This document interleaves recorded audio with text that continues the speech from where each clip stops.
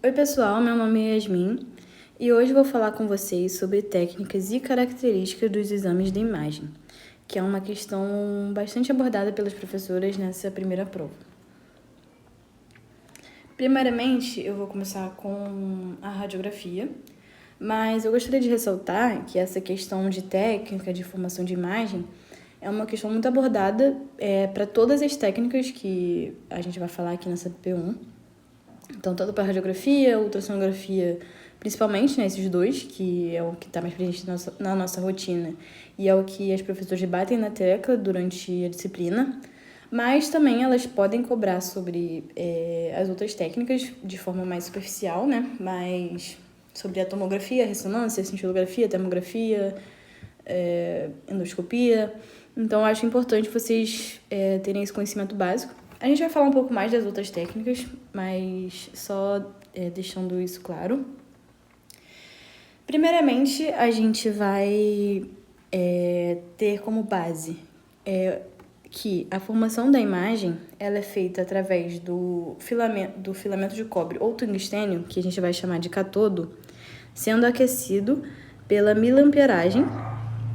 Então, essa miliamperagem vai ser uma corrente elétrica que vai aquecer esse filamento de cobre ou tungstênio. Esse cátodo ele vai enviar elétrons para o anodo, que vai ser o alvo de tungstênio, e vai se formar uma nuvem de elétrons. Essa nuvem de elétrons vai ser determinada e vai ser descrita como kV, que é a diferença de potencial elétrico, que vai determinar o grau de escuridão da imagem. Então, ele é um fator de exposição na radiografia, extremamente importante vocês saberem que ele vem dessa diferença de voltagem. Enfim, aí tudo bem, chegou os elétrons no seu alvo de tungstênio e a gente vai ter emissão de raio-x para o paciente. Normalmente, né, a gente vai ter que esses raios-x vão estar sendo dispersos no momento que eles são enviados para o paciente, né, para sensibilizar a placa. Por isso que aqui no aparelho a gente vai ter uma ferramenta chamada colimador. Esse colimador, ele vai focar, né? Ele vai direcionar, melhor dizendo, o feixe primário, que é o que vai ter o maior número de raio-x, para o paciente, ou mais especificamente falando, a região que a gente está radiografando. Então, é importantíssimo, mas a gente também vai ter outros feixes secundários e terciários que vão ser dispersos por outras regiões da placa ou até da sala, da própria mesa. Então, por isso que é super importante, né, a utilização de equipamentos de proteção, porque a gente não só está exposto ao feixe primário, como a outros feixes, né, secundário e terciário, que possuem realmente um menor número de raio-x, mas ainda assim a radiação. Então, é importantíssimo a presença desses equipamentos de proteção. O objetivo é a sensibilização da placa, né?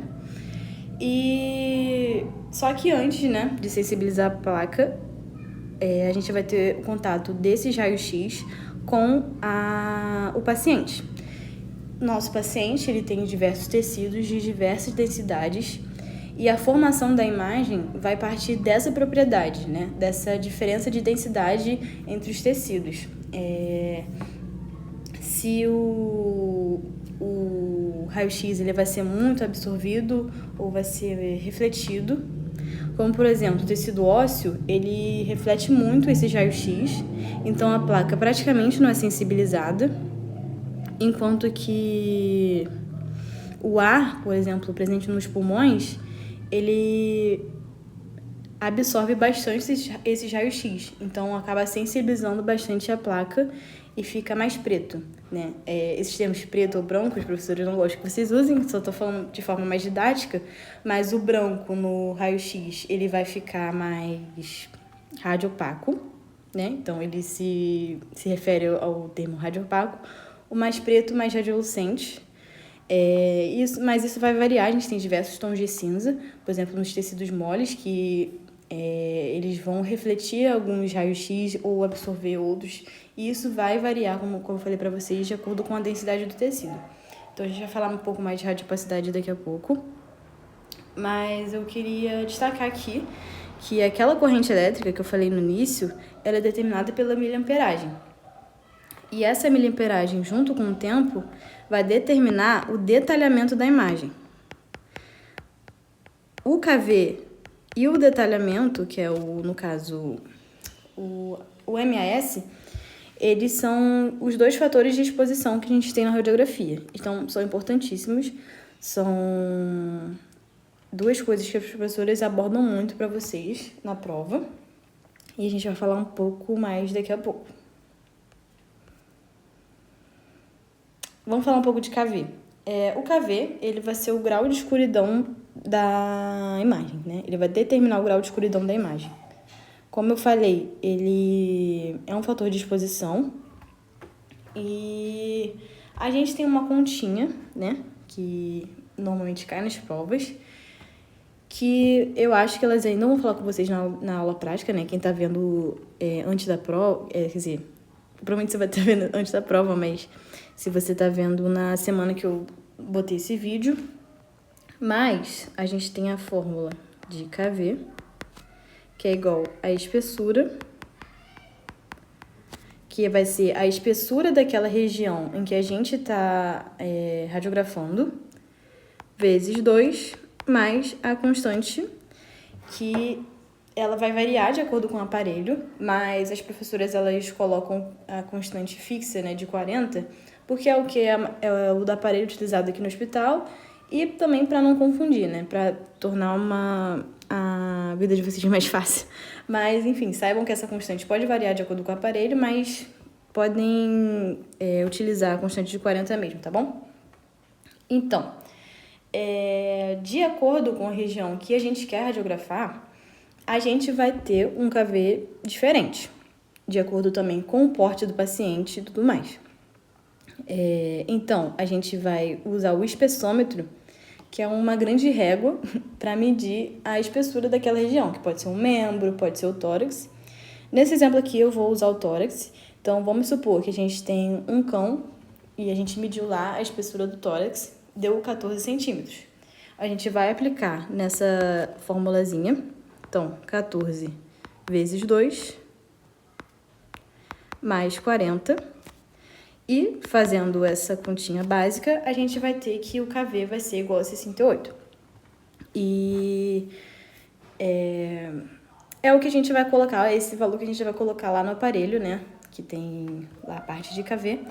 E vai colocar esse valor. Então, como eu falei, vai variar muito. Mas a gente sempre faz esse cálculo de KV. Vamos ver.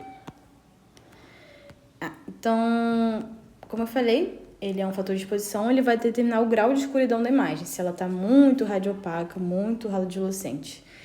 A gente quer o meio termo, né, para a gente conseguir visualizar todas aquelas estruturas.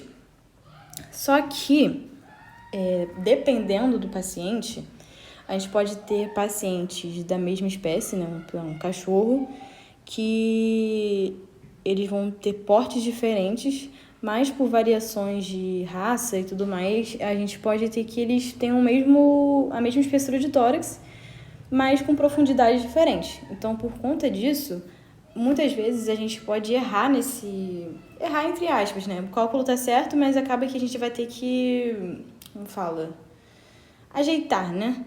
Então, pode ser que a imagem ela fique muito radiolucente e que a gente fala que é superexposição, ou muito radiopaca. Então, ambas as situações, a gente tem que a nossa avaliação vai ser comprometida, né? Uma imagem muito radiolucente, a gente não vai conseguir ver as estruturas de forma ideal. E uma imagem também muito radiopaca da mesma forma. Então, a nossa conduta é diminuir o KV quando ela está muito radiolucente ou aumentar o KV quando ela está muito radiopaca. No caso aqui, a gente tem essas imagens que as professoras deram numa aula prática no período passado. E é uma questão que elas podem botar na prova também. Qual seria a sua conduta vendo uma imagem dessa, né? Qualquer uma dessas duas. Então, nessa aqui de cima, a gente tem que... É uma imagem super exposta, né? Porque a gente tem uma alta absorção desse raio-x. Então, a gente não consegue analisar totalmente as estruturas, enfim. Não consegue analisar muito bem essa imagem porque ela está muito radiolucente. Então, a nossa conduta vai ser diminuir o UKV. Como eu falei, ela é super exposição porque a gente está tendo uma grande absorção, né? Uma grande sensibilização da placa pelos raios-x. Então, por isso que a gente vai diminuir o UKV. Da mesma forma, o contrário, a gente tem imagens subexpostas, em que a gente precisa sensibilizar mais essa placa, né? Da mesma forma, a gente não consegue visualizar muito bem as estruturas e a nossa conduta vai ser aumentar esse KV para sensibilizar mais a placa e conseguir deixar a imagem num grau de escuridão ideal. Falando um pouco agora de MAS, que é o detalhamento, eu até coloquei um aviso aqui que ele também é um fator de exposição. E por que eu coloquei isso? Porque, como a gente viu aqui, o KV ele pode ter essa questão da super ou subexposição e o detalhamento também pode. Só que o detalhamento ele é mais difícil de ver. Então, se eu fosse apostar, eu apostaria no KV para as professoras colocarem uma questão na prova. O que eu vou até adiantar aqui para vocês essas imagens, em que a gente tem nessa figura A uma imagem ela subexposta, que vai ter esse aspecto granulado, se vocês conseguem observar, que em comparação a essa imagem aqui, ela está mais nítida. E basicamente o detalhamento vai ser isso, ele vai determinar o grau de nitidez da imagem. Só que eu acho mais difícil de visualizar do que um KV, por exemplo, sabe? Então eu coloquei aqui para exemplificação, mas o que eu queria focar no detalhamento é que a gente tem esse MAS. O MAS, ele vai ser a miliamperagem vezes o tempo. Só que na maioria dos aparelhos, eu diria, esse MAS, ele tá assim juntinho, né? A gente tem que a ferramenta lá, a gente regula o MAS com a miliamperagem e o tempo juntos de uma vez. Só que tem aparelhos em que eles vão estar separados. Isso pode ter um certo benefício para o operador. Porque imagine uma situação hipotética, um animal que chega dispineico e que seria muito vantajoso se a gente tivesse um menor tempo para radiografar aquele animal, né? Porque a movimentação atrapalha na radiografia, então o animal tem que ficar paradinho e no caso, né, do tórax, ele tem que estar a radiografia é feita no pico de inspiração. Então, um animal dispineico, você não vai conseguir fazer isso, né? Já é difícil num animal que não está. Então, num que está é muito mais difícil. Então, é vantajoso você radiografar num tempo menor, né? Então, a gente pode alterar esse tempo. Então, eu vou exemplificar aqui se a gente escolhe um MAS de 5. Eu vou até já também adiantar aqui a tabelinha, que a gente tem essas faixas de MAS que são fixas, de acordo com a região do corpo e das espécies que a gente vai estar radiografando. No caso aqui do tórax de cão e gato, a gente tem que a faixa de MAS ideal é de 5 a 10. Então, o operador ele vai escolher de acordo com a questão da espécie que eu falei e do porte do animal. Então, imagine, o tórax de um pincher e um tórax de um dog alemão. Eles não vão ter a mesma faixa de MAS, porque vão ser tórax de profundidade diferentes, espessuras diferentes. Então, isso vai variar dessa forma. Da mesma forma, a gente vai ter outras regiões, como abdômen, esqueleto, e também, para grandes animais, no caso mais do cavalo, né, os membros. Mas voltando aqui, eu queria exemplificar para vocês essa questão do MAS, né, do cálculo. Vamos supor que a gente tem um pincher, né? E a gente deseja radiografar o tórax dele. Só que ele está muito dispineico, então a gente quer regular esse tempo, né, da radiografia. Então, a gente vai escolher lá a faixa menorzinha, né, porque é um cão de pequeníssimo porte. E a gente vai, então, escolher o MS de 5, certo? Só que por essa questão dele estar dispineico, a gente vai variar. Então, o MS de 5, a gente vai ter que o MA, ele vai estar de 100, e isso vai estar fixo, né? No caso ali do aparelho, tá? O tempo de 0,05. E caso a gente queira diminuir esse tempo, a gente vai continuar da mesma forma. O MS tem que dar 5, só que a gente vai aumentar a miliamperagem, vai diminuir o tempo. Então, a gente continua dando 5. A gente pode abaixar mais ainda. Então, a gente aumenta a miliamperagem e diminui o tempo a nosso favor, né? E continua dando o 5 do MS. Então, é nessa questão que eu queria falar para vocês da variação desses casos, né? Tá, então acho que aqui já foi. Vamos falar um pouco de radiopacidade, que é um termo que vocês já têm que estar acostumados, assim como a ecogenicidade na ultrassonografia, principalmente esses dois, né, como eu falei. Como eu disse, essa radiopacidade ela vai variar de acordo com a densidade daquele tecido. Então, no caso do ar, dos pulmões, aqui a gente vê parte do pulmão, vocês conseguem ver, né, que essa região ela é mais radiolucente, então ela é mais preta e tem radiopacidade de ar, porque o raio-x que chegou e sensibilizou essa região da placa foi mais absorvida, né, aqueles raios-x foram mais absorvidos. Vou pegar o outro extremo, no caso aqui não vou tirar o metal, né? Porque o metal ele normalmente vem em corpo estranho, microchip. Mas vou pegar o osso, que ele não vai absorver tão bem esse raio-x, né? Então não vai sensibilizar tanto a placa. Então ele vai ter uma radiopacidade maior, ele vai ser mais radiopaco. Então se acostumem com esses termos, radiolucente e radiopaco. Então, no caso aqui é da vértebra, tá vendo? E se você for comparar, né? Ele realmente tá praticamente branco, né? Mas, entre esses dois extremos, a gente tem os tecidos moles, gordura. Então, vão ter radiopacidade que vai estar relacionado ao cinza mesmo, né? Esses tons diferentes de cinza. No caso, a gente tem a gordura.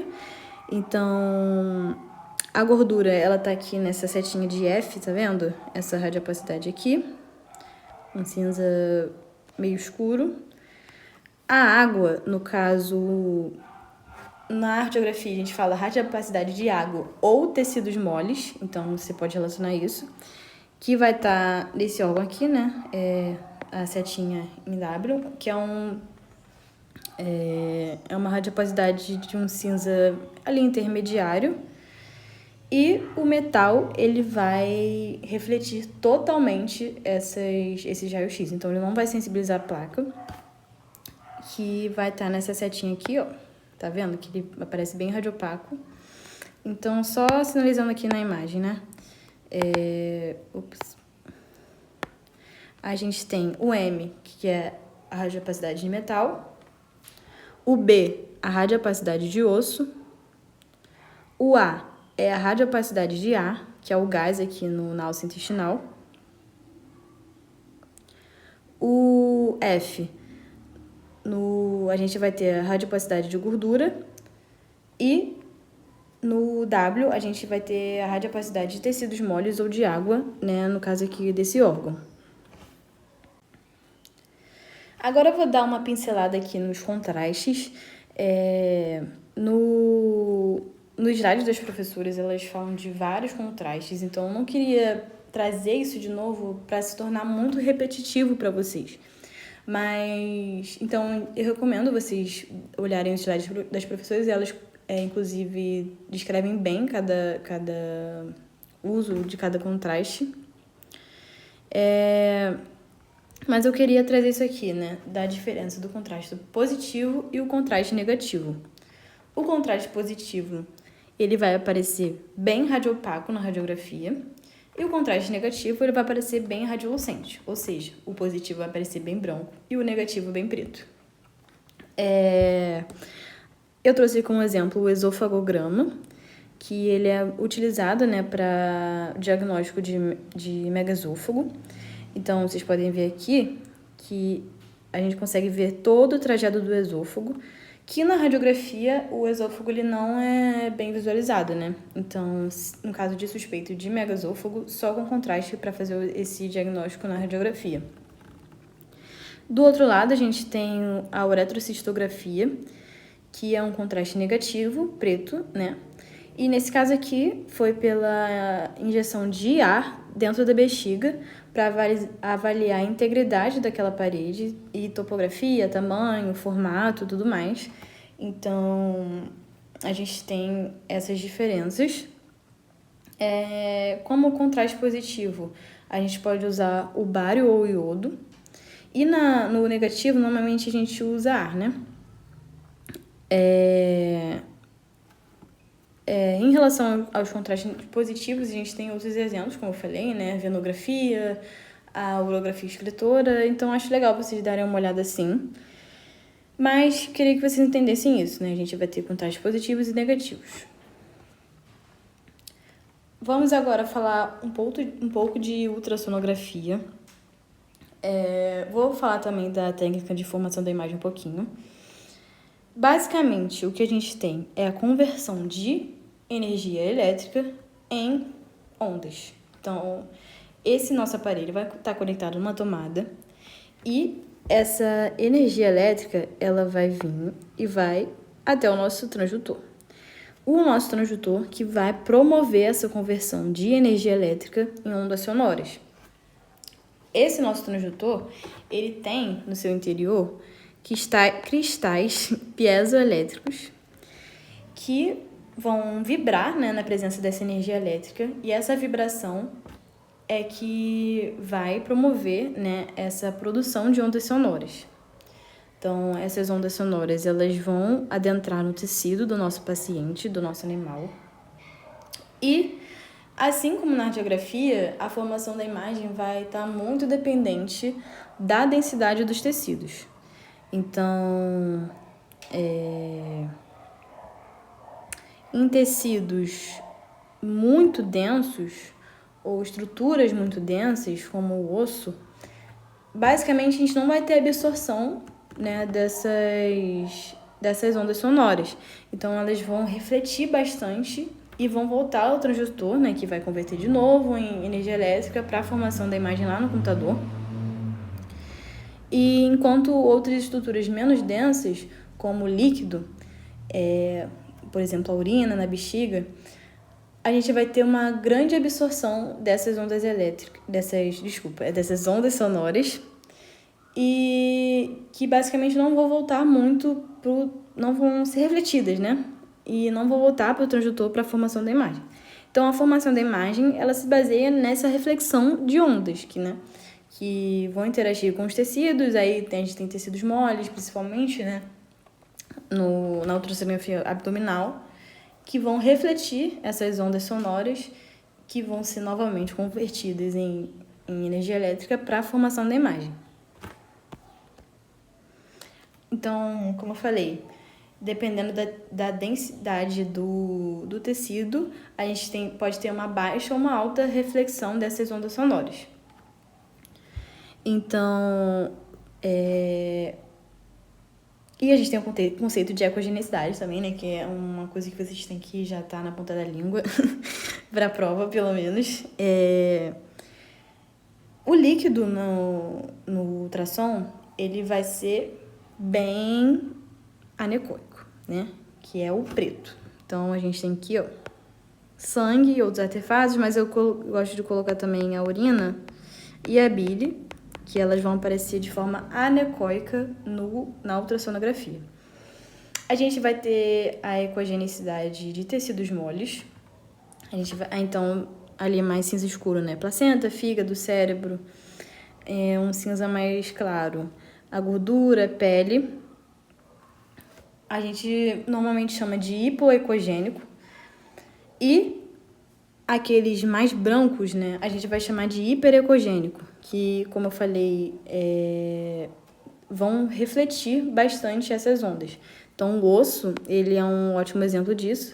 Mas um exemplo melhor ainda, em que a gente pode usar para fazer o diagnóstico, né, de cálculo, né, que é uma estrutura bem mineralizada e que também vai fazer essa reflexão muito grande e não vai absorver muito bem essas ondas e então vai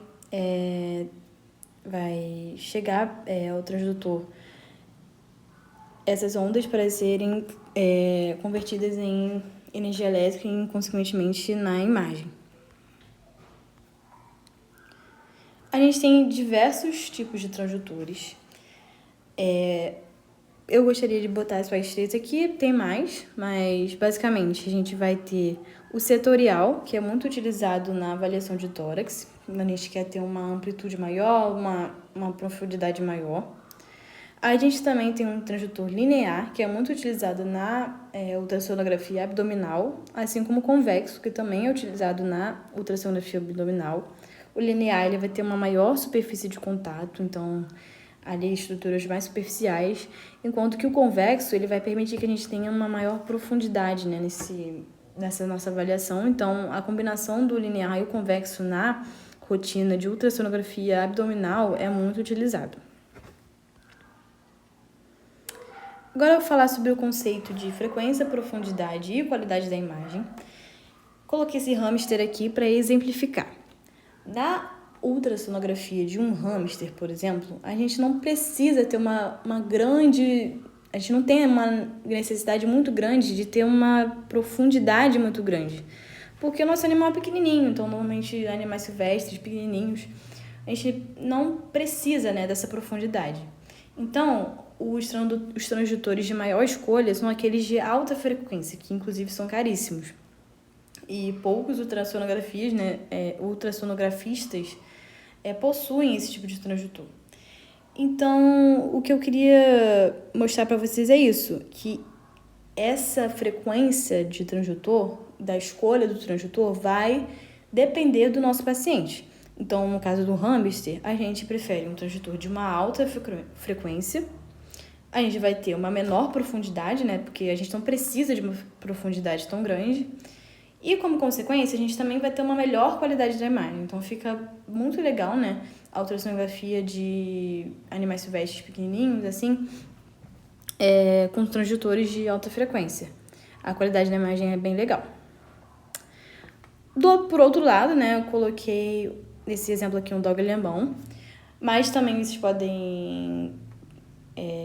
pode exemplificar com grandes animais, em que a gente vai precisar ter uma profundidade maior. Então, compara com hamster, né? As profundidades são bem diferentes. Então, a gente precisa ter uma profundidade maior. Então, a gente vai escolher transdutores de uma frequência mais baixa. Mesmo que isso dê pra gente uma menor qualidade da imagem, mas a gente precisa avaliar bem as estruturas mais profundas, né? Então, a gente vai escolher transdutores de uma frequência menor. Então, quanto menor a frequência, maior a profundidade, como consequência também, menor a qualidade da imagem. Falando um pouquinho sobre os modos, é uma questão que não sei se as professoras vão cobrar na prova, mas no período passado, elas, se eu não me engano, elas botaram sim uma questão sobre isso. Falando rapidinho, o modo A, ele é um modo unidimensional, ele não é muito mais utilizado na rotina. O modo B, ele é o modo que ele é mais utilizado na rotina de ultrassonografia abdominal. O modo bidimensional. O modo M, ele é muito utilizado na ecocardiografia. E a gente tem o modo Doppler, né? O modo M, ele é utilizado para visualização de vasos, né? e é um modo utilizado na ecocardiografia. O modo Doppler, ele é uma ferramenta muito útil para qualquer região que a gente queira avaliar na ultrassonografia, porque ele permite a visualização da direção e velocidade, né, do fluxo de líquidos, que normalmente é o fluxo sanguíneo. Então, ele é muito utilizado tanto na eco, tanto na ultrassonografia abdominal, até do tórax também, então é bem legal. E por isso que eu vou falar um pouquinho mais deles agora para vocês. Como eu coloquei aqui, é um princípio que permite avaliar a direção e a velocidade do fluxo sanguíneo. Então, eu coloquei o Color e o Power Doppler. Também tem o pulsado, mas eu acho que esses dois aqui são mais relevantes. O Color, como o próprio nome já fala, ele é um Doppler que vai aparecer dessa forma colorida. A padronização dele é que as cores mais quentes, né, eles vão indicar que o fluxo está indo em direção ao transdutor, enquanto que as cores mais frias, elas vão estar indo do lado oposto do transdutor. A intensidade dessa cor, né, então se ele é mais vermelho, um vermelho mais forte, vai indicar a velocidade do fluxo. Então, se ele é bem vermelhão, ele está indo em direção ao transdutor, uma velocidade grande. Se ele é amarelo, ele está numa velocidade menor. Já o Power Doppler, ele é muito utilizado para visualização de pequenos vasos. Então, o Color, ele é mais generalista. Hoje em dia, a gente tem Color Doppler mais sensibilizados para visualização de pequenos vasos. Mas o Power Doppler, por exemplo, quando a gente quer visualizar microvascularizações, por exemplo, em neoplasias. Então, o Doppler, ele é uma ferramenta muito utilizada nisso, né? Para avaliação de órgãos também, da vascularização de órgãos numa ultrassonografia de rotina abdominal. Mas quando a gente tem um nódulo lá, um paciente com nódulos, os ultrassonografias gostam muito de utilizar esses modos para ver se aquela neoplasia tem alguma vascularização. Então, o Power Doppler, ele é mais utilizado para isso. E ele vai ser essa propriedade de cores quentes. Falando um pouco de artefato de imagem, que é uma coisa em que a radiografia também tem, mas eu acho as professores também acham mais relevantes isso na ultrassonografia. Então, como a minha definição aqui fala, ela vai ser uma representação errônea de estruturas. Então, vai ser uma imagem não condizente com a realidade. E isso vai ser causado por alguma característica da técnica do exame, né, do diagnóstico por imagem. Como aqui também fala, na ultrassonografia é muito interessante, porque nem sempre esses artefatos vão ser indesejáveis, porque muitos deles podem ajudar no diagnóstico, como, por exemplo, a sombra acústica. Então, é um artefato bem típico e ele se baseia por essa faixa enegrecida que vai aparecer posterior a estruturas altamente reflexivas, como nesse caso aqui, né, a gente vai ter um rim e a gente vai ter esse cálculo urinário. Ele vai ter esse formato de meia-lua, a gente não consegue ver totalmente a circunferência dele, justamente por conta desse artefato, né? Então, essas estruturas elas vão impedir a passagem das ondas sonoras e vão dificultar a avaliação de tecidos mais profundos. Então, como eu falei para vocês, estruturas de densidade muito grande, como o osso, ou nesse caso aqui, estruturas altamente mineralizadas, como cálculos urinários, elas vão refletir bastante essas ondas sonoras. E então, as estruturas que estão abaixo aqui, que estão por aqui, acho que não dá nem pra ver, né? Porque deixa eu colocar... dá pra ver um pouquinho mais, enfim. essas estruturas abaixo não estão interagindo com essas ondas, porque elas já foram refletidas aqui, ó.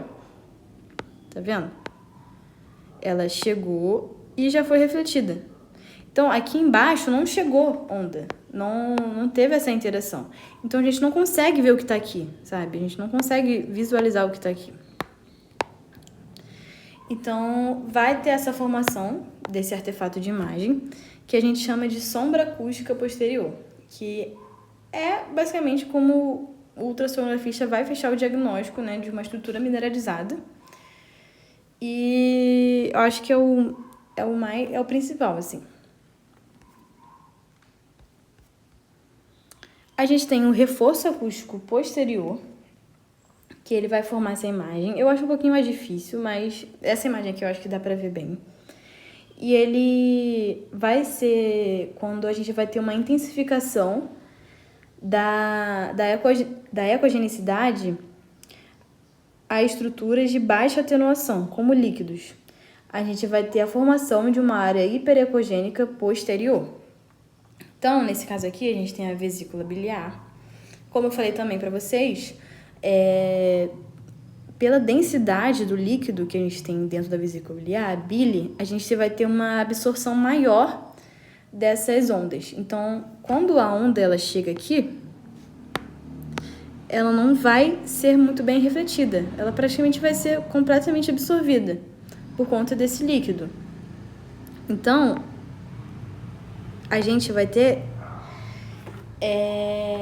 que essas ondas vão chegar nessa porção aqui do fígado, tá vendo? Que ela ficou mais hiperecogênica. Então, a gente tem que, nessa região, vai ter uma reflexão maior de ondas do que em outras regiões do fígado. Então, parece que essa área é mais clara, né? Mais hiperecogênica. Mas não, é somente um artefato de imagem, por conta da presença desse líquido aqui, que fez com que as ondas fossem mais absorvidas nessa região aqui. Então, é um outro artefato de imagem. A gente vai ter a reverberação, que é um artefato muito presente na rotina. Justamente por isso, a gente pede o jejum, às vezes também o Lufital, né, para que a gente evite, né, porque a reverberação, nesse caso, ela vai atrapalhar a visualização do estômago. Então, aqui, tá vendo? A gente consegue só ver essa porção do estômago.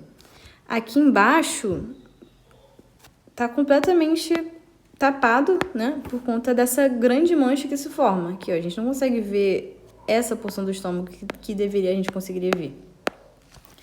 Então, a reverberação é causada por interfaces refletoras que vão emitir esses múltiplos ecos, como exemplo, o conteúdo gasoso do trato gastrointestinal, como eu falei aqui para vocês nesse exemplo, o estômago. E vão se apresentar como linhas ecogênicas brilhantes e paralelas, que impedem a visibilização adequada dos órgãos adjacentes. Então, como eu falei para vocês, são essas linhas mais clarinhas que vão estar paralelas e vão impedir a visualização qualquer outra estrutura que a gente não consegue ver, principalmente de toda a porção do estômago. Então, atrapalha, né? Principalmente se a gente tem casos de suspeita de algum distúrbio gastrointestinal, é bem ruim. Então, a gente reforça essa questão aí do jejum. Então, aqui é conteúdo gasoso e alimentar, tá, gente?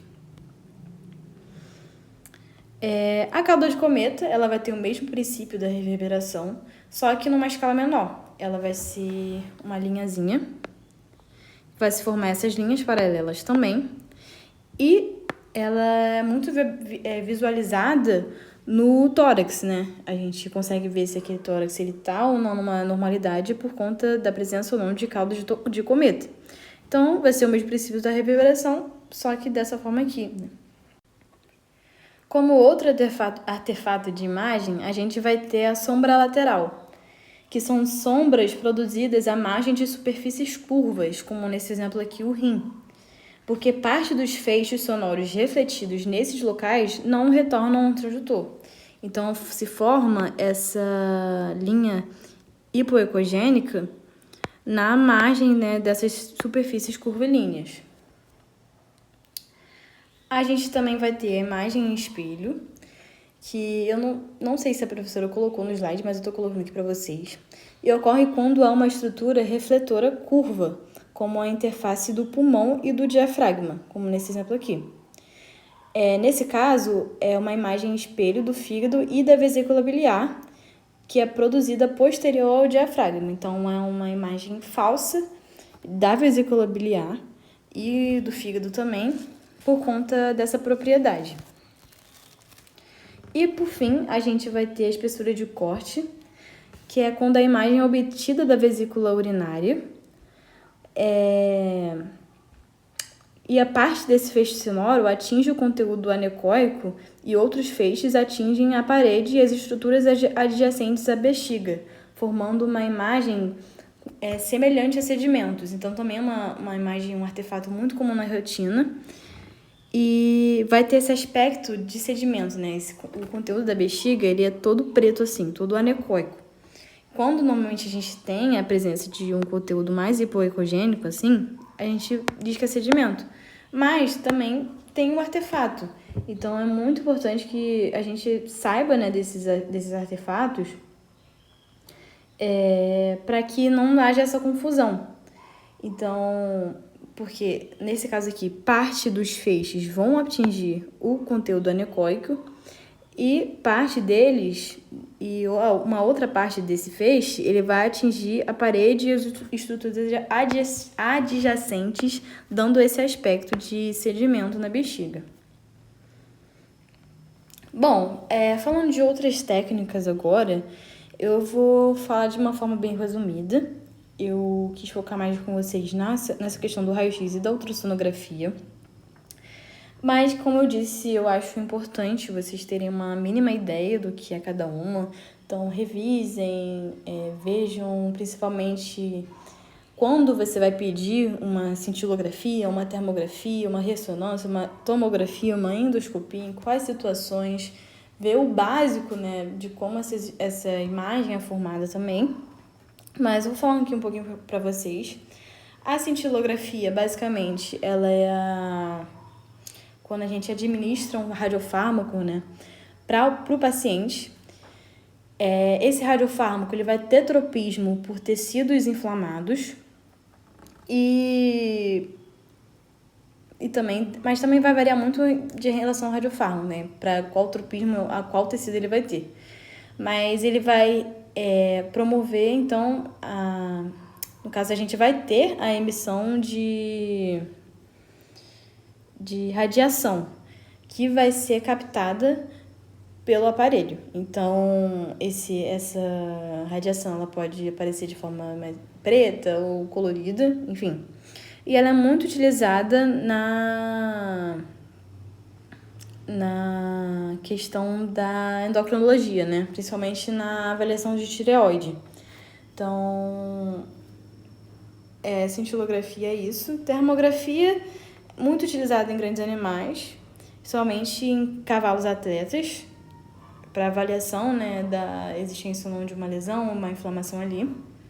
Vai captar o calor daquele local. Então, se está com aumento de calor, indicando uma inflamação, ou uma diminuição de calor, podendo indicar um processo de necrose. Então, vai ser através do termógrafo, né? Ele vai captar a presença de um maior ou não calor. A gente tem a ressonância e a tomografia, que eu acho que são questões que elas podem abordar mais com vocês. A ressonância, basicamente, ela vai se fundamentar das propriedades eletromagnéticas dos núcleos de hidrogênio, que são abundantes no nosso organismo. Então, ela é utilizada principalmente para investigar condições neurológicas, tanto de pequenos ou grandes animais. E não utiliza raio-x, a gente vai falar um pouquinho mais disso, mas a principal vantagem dela, eu acho que seria isso, né? Essa segurança. A tomografia, que vai utilizar o raio-x, assim como a radiografia, só que vai ter diversas vantagens em relação à radiografia, né? A tomografia ela é um exame de imagem melhor, Só que ela não é tão prática, né? A radiografia a gente não precisa de sedação, é mais barata, então... Mas a tomografia, ela vai nos dar uma imagem tridimensional, com planos seccionais. Então, muitos casos, por exemplo, a pesquisa de metástase, a tomografia é muito melhor do que uma radiografia, porque a radiografia ela não capta todos os tamanhos de nódulos. Então, nódulos bem pequenos, talvez a radiografia não pegue. Talvez não, ela não pega, mas a tomografia com certeza pegaria. Então, a gente vai ver daqui a pouco, já, essa comparação. Só vou falar da endoscopia, né, que basicamente é uma câmera que vai ser introduzida para a visualização das estruturas do trato gastrointestinal. Então, esôfago e intestino, estômago, basicamente para pesquisa de úlcera ou para avaliar a integridade dessas estruturas. Uma coisa que as professoras gostam de cobrar sobre essa questão das outras técnicas é a comparação. Então, quais são as vantagens e as desvantagens da tomografia em relação à ressonância, em relação à radiografia, ou da ressonância em relação à tomografia? Eu acho que as principais relações são tomografia, radiografia e tomografia e ressonância. Então, vou falar aqui um pouquinho para vocês. A tomografia, na tomografia, a gente tem a ausência de sobreposição. Então, ela vai nos dar essa imagem tridimensional sem que a gente precise reposicionar com frequência aquele animal, né? Então, no caso, na radiografia, a gente vai ter essa necessidade. Só que a tomografia ela vai ter uma radiação mais elevada, enquanto a radiografia é uma radiação mais baixa. Ela permite uma melhor avaliação de estruturas complexas e de densidades parecidas, enquanto a radiografia vai ter uma limitação nisso. Só que a tomografia ela precisa de sedação, enquanto a radiografia, na maioria dos casos, não vai precisar de sedação. Eu acho que o caso que com certeza vai precisar de sedação na radiografia é na de crânio, né? Porque eu simplesmente acho que nenhum animal vai colaborar, né? Para abrir a boca. Enfim. Mas, no geral, não precisa, então é bem tranquilo. A tomografia, ela vai ter um custo maior, enquanto a radiografia vai ter um custo menor. E a tomografia, assim como a ressonância, que a gente vai falar, ela também possui ferramentas específicas de contraste. Falando da ressonância, ela tem uma vantagem maior em relação às outras duas técnicas, porque ela não utiliza radiações ionizantes. Então, a gente não vai ter essa exposição à radiação. O contraste da ressonância tem um menor risco que os iodados, que a gente pode utilizar tanto na tomo quanto na radiografia. Também nos permite uma imagem tridimensional, uma vantagem em relação à radiografia, produz menos artefatos, pode ponderar imagens, né, mudar a tonalidade e intensificar contrastes, tem um grande potencial para detecção de áreas de hemorragia, requer anestesia geral, então isso aí é uma desvantagem em relação à tomo ou à radiografia, né? Que na tomografia a gente precisa somente de sedação, enquanto a ressonância é uma anestesia geral, então bem mais complexo. É o método de imagem mais caro, né? Já até adiantei, mas é o principal, assim, a principal limitação. E tem uma menor sensibilidade que a tomografia para lesões ósseas e tecidos moles calcificados. Então, se a gente quer ver osso, a tomografia e a radiografia são ótimas técnicas. Mas com certeza a ressonância para tecidos moles é a melhor técnica de imagem. Então é isso, gente.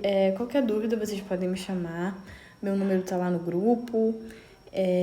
Eu quis dar uma pincelada, mas isso eu acho que é meio clichê, né? Mas realmente a monitoria ela não substitui as aulas. Então revisem os slides. E eu quis focar aqui basicamente no que eu acho que é relevante, entendeu? Mas tudo é relevante da aula, isso não é exagero, elas podem cobrar qualquer coisa das aulas. Então revisem e eu quis só reforçar alguns conceitos com vocês. E é isso, qualquer sugestão, crítica, comentário, vocês podem me falar e qualquer dúvida também. Então, beijo e até a próxima.